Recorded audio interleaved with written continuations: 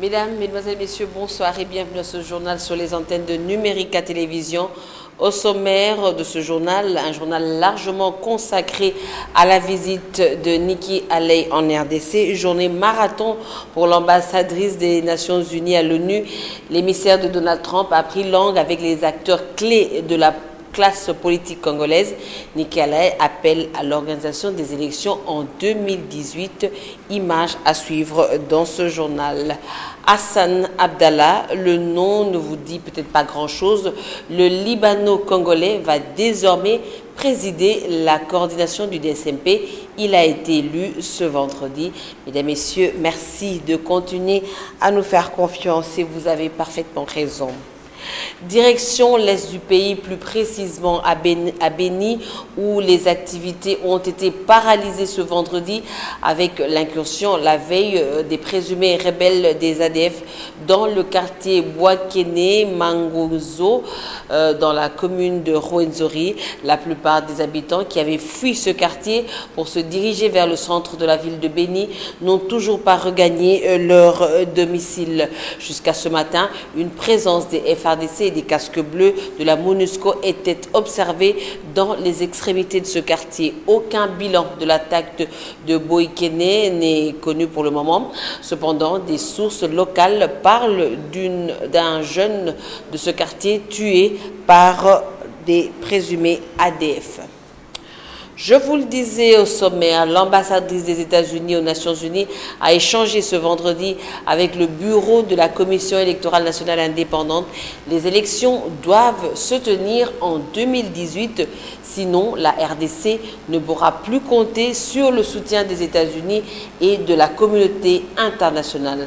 C'est ce que Nikki Haley a déclaré au sortir de l'audience. Rachel Kitita et Doudou Kassouba pour les détails. Avec le bureau de la CENI affiché complet, Nikki Haley a parlé processus électoral.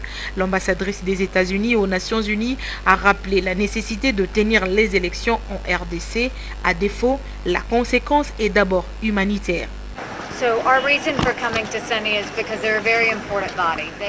Voilà donc nous sommes venus rencontrer la Commission électorale nationale indépendante parce que c'est un organe important dans la tenue des élections dans ce pays. Et ça a été tout à fait clair en discussion avec le président ainsi que toute son équipe, de montrer que chaque jour qu'une élection n'est pas tenue dans ce pays, c'est une femme qui se fait violer, c'est des enfants qui sont enrôlés dans l'armée et c'est des jeunes filles qui connaissent des grossesses non désirées. Les élections en 2018, c'est le souhait des États-Unis d'Amérique. Au cas contraire, la RDC ne pourra plus compter sur le soutien de la communauté internationale et des États-Unis. Donc il est important que nous puissions organiser des élections en 2018. Et le message a été clair que si les élections ne sont pas tenues en 2018, eh bien la RDC ne pourrait pas compter sur l'appui de la communauté internationale et de la communauté des États-Unis d'Amérique. Il est donc important que ces élections se tiennent en 2018. Et c'est cela que nous avons fait voir à la Commission nationale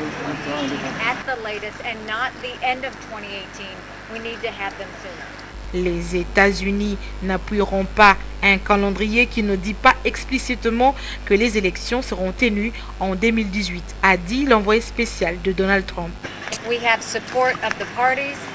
Nous n'appuierons pas du tout, de quelque manière que ce soit un calendrier électoral, si ce calendrier ne spécifie pas clairement que les élections se tiendront pas plus tard que 2018. Et à elle d'ajouter que le président de la République doit dire clairement qu'il y aura élection en 2018. Il n'est pas normal qu'un pays accepte que son peuple souffre. Cela n'est pas de la démocratie, a dit Nikki Haley.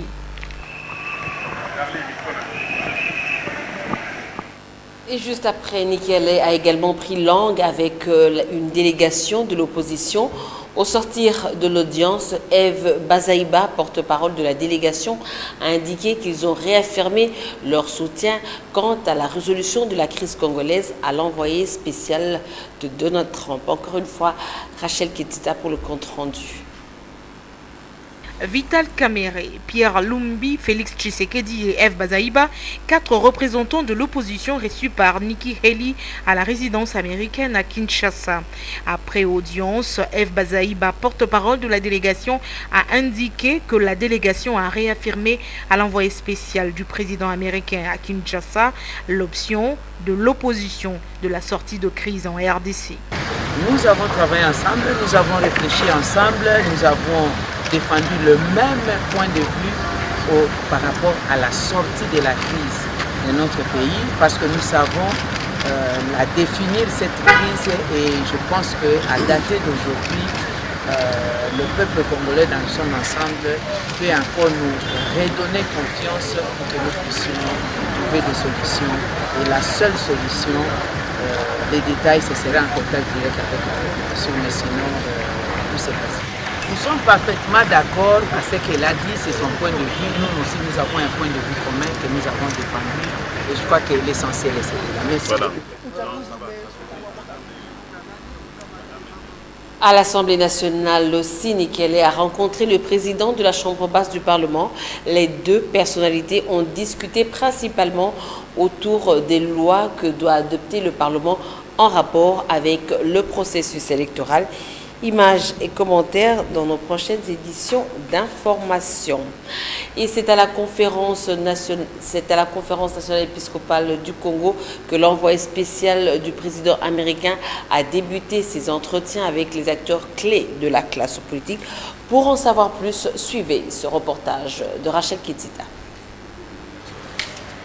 Avec les évêques de la conférence épiscopale nationale du Congo, Nikki Haley a voulu avoir une idée générale sur ce que la SENCO attend de la communauté internationale, et la SENCO lui a présenté l'état de la mise en application de l'accord du 31 décembre 2016.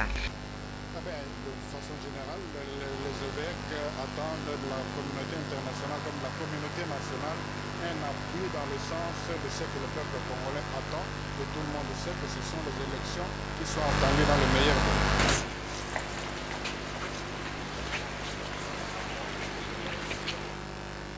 Beaucoup de Congolais espèrent voir les choses changer après la visite de Nikki Haley. Un avis non partagé par le professeur Keretanda qui estime que le passage de l'émissaire de Donald Trump ne va pas du tout résoudre toutes les crises du Congo démocratique. Pour lui, la solution à cette crise appartient aux Congolais eux-mêmes, quand bien même il ne trouve aucun inconvénient de voir la RDC bénéficier de l'appui de certains pays. Il rejette par ailleurs toute ingérence des Occidentaux. Il s'est exprimé au micro de Tapi Lutuno et Eric Ndongala. À mon sens, je ne pense pas que quelque chose de magique ou vraiment d'irrégulier par rapport à ce que nous sommes en train de vivre jour après jour puisse sortir de ces passages de cette dame ici. Je crois que le commun des mortels est conscient de la crise politique que traverse le système politique congolais et qu'il n'est pas malvenu que les pays amis puissent venir nous donner des conseils par rapport à la façon d'en sortir sans trop casser. Et je crois que c'est dans ce cadre-là qu'il faut inscrire le passage de Mme Kelly. Ici à Kinshasa, je pense, n'est-ce pas, que ce sont des bons offices qu'elle est venue proposer, mais il ne s'agit pas du tout d'une imposition, d'une formule quelconque par rapport à la résolution de ces problèmes. Il est évident que la dame a précisé qu'elle venait pour les questions d'insécurité, notamment au Soudan du Sud et avec les ramifications sur la RDC, mais cela n'empêcherait pas qu'on puisse déborder dans les échanges et peut-être parler aussi, n'est-ce pas, de la façon de mettre fin à la crise congolaise, quoi. Nous allons revenir sur le retour hier jeudi à Kinshasa de Félix Tshisekedi. Le président du Rassemblement de l'opposition a été accueilli à l'aéroport international de Djili par des militants de l'UDPS et la plateforme de l'opposition. Retour sur image avec Félix Ilunga. Après des moments politiquement difficiles à Lubumbashi, Félix Tshisekedi est consolé par un banc de foule à son retour dans la capitale congolaise. De nombreux militants et sympathisants de l'UDPS l'ont accueilli à partir de l'aéroport international de Njili.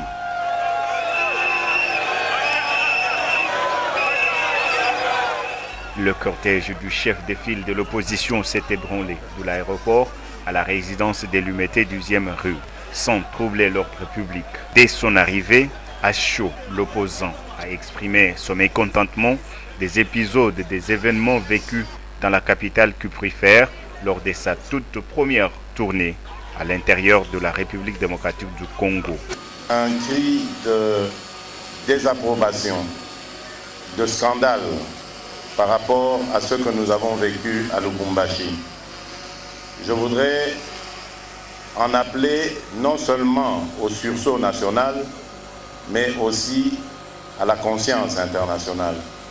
Ce qui se passe au Katanga est scandaleux. Le peuple, nos compatriotes du Katanga sont muselés.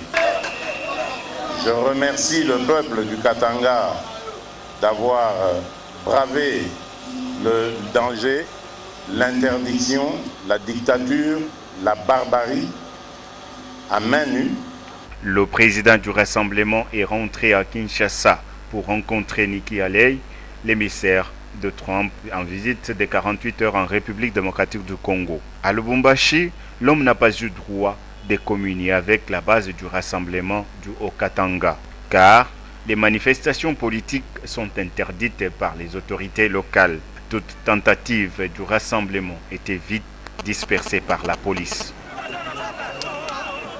Tout à fait autre chose à présent. Le rendez-vous de tous les jeudis à la Société nationale d'assurance a été respecté au cours de l'opération Jeudi sinistre du 26 octobre. L'assureur national a traité et payé 197 dossiers dans les branches d'assurance automobile, vie et incendie. Les détails avec Nadine Maïfouila, Tapiloutounou et Serge Mitelesi. Comme chaque jeudi, la SONAS a indemnisé ses clients victimes d'accidents. 90 victimes indemnisées à la direction générale, 12 autres indemnisées à l'agence de la Gombe, une victime de moins à l'agence d'Ensele Maluku, tandis qu'à l'agence du commerce, 10 dossiers ont été traités et payés, 9 dossiers à l'agence de Matete, pendant que la SONAS traitait et payait 8 dossiers à l'agence de la DGI Gombe.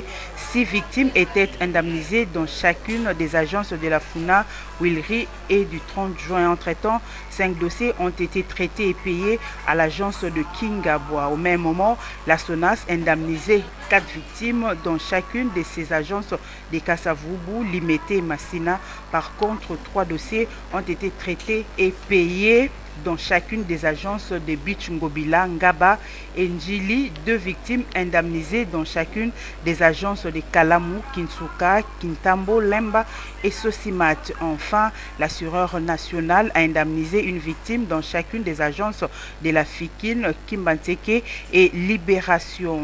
Et ceci à la grande satisfaction des bénéficiaires. En sport, le DSMP a un nouveau président.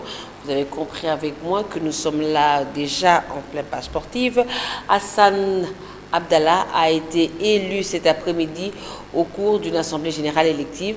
Le nouveau comité dirigé par le Libano-Congolais a notamment pour mission de permettre au team vert et blanc de la capitale à faire un bon parcours à la prochaine Coupe de la CAF. Junior Bompema, Jiresh Chimanga, reportage. Après toute une saison et demie de vie avec un comité incomplet, le club Motema Pembe de Kinshasa vient de se doter d'un comité élu avec à sa tête Hassan Abdallah. Tous les postes étaient à pouvoir, mais ces assises ont connu tout de même quelques échauffourées dans la salle pour l'une ou l'autre raison.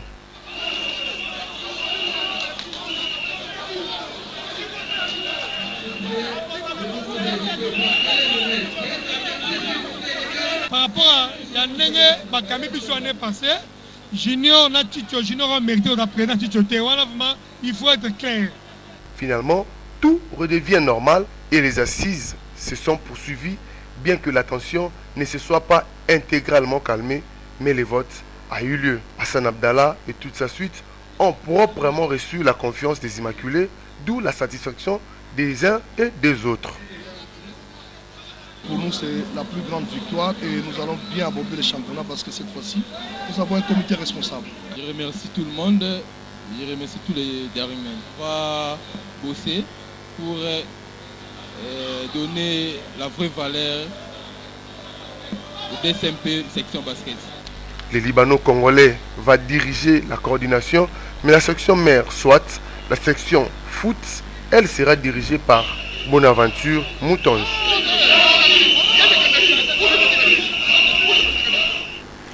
Actualité en dehors de nos frontières, avant de terminer cette édition du journal, le Parlement de Catalogne a adopté ce vendredi une résolution déclarant que la région devient un État indépendant prenant la forme d'une république. Cette annonce a été saluée par les clameurs de la joie de dizaines de milliers de manifestants indépendantistes à Barcelone, massés à l'extérieur du parc abritant le Parlement catalan. Pendant ce temps, à Madrid, le Sénat a autorisé la mise sous tutelle de la région. Mesdames et messieurs, c'est par ici que prend fin ce journal. Merci aux internautes depuis Bruxelles et Paris qui continuent à visiter chaque jour notre page Facebook Numérica TV officielle. Mesdames, messieurs, portez-vous bien et je vous souhaite bon week-end déjà et bonne suite de programme sur Numérica Télévision. Au revoir.